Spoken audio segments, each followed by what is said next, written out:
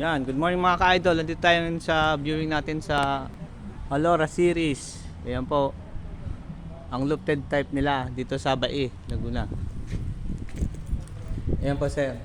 Kasama po ang client, si Mr. Jeffrey Rodelos po. Shout out po. Ayan po, ang ating client. Ito po yung lofted type Alora series po. So, ang square meter nyo is 41 lot area, 30 ang floor area po. So ito yung pinaka niya, lababo, tapos naka vinyl tiles po siya. Tapos ito po yung pinaka laundry area sa likod, nasa 1.5 meters ng easement. Then ito po yung CR, yan po, half tiles na po siya, painted din po. Yan. Tapos ito yung hagdanan.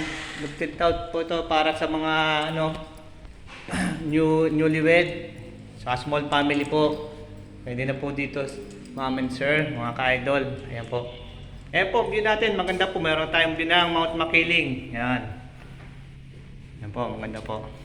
Ayan po, may malapit na gas station. Shoutout sa Flying Bee. Baka naman. Ayan. Pwede naman po itong lagyan ng isang maliit na kwarto, or kaya kahit di na siguro lagyan ng kwarto to lalagyan nyo na lang po siya ng bed. Di ba? So may bed na lang po to. Then okay na po.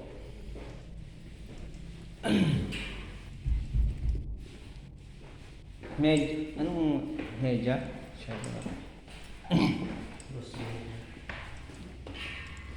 Ayan po. Ito po ay less than 1 million. Kung kayo po ay mag low loan, alam ko nasa salary niyo is around 15 to 20, pwede na po. Ayan po. PM na po kayo sa amin. Ito kami.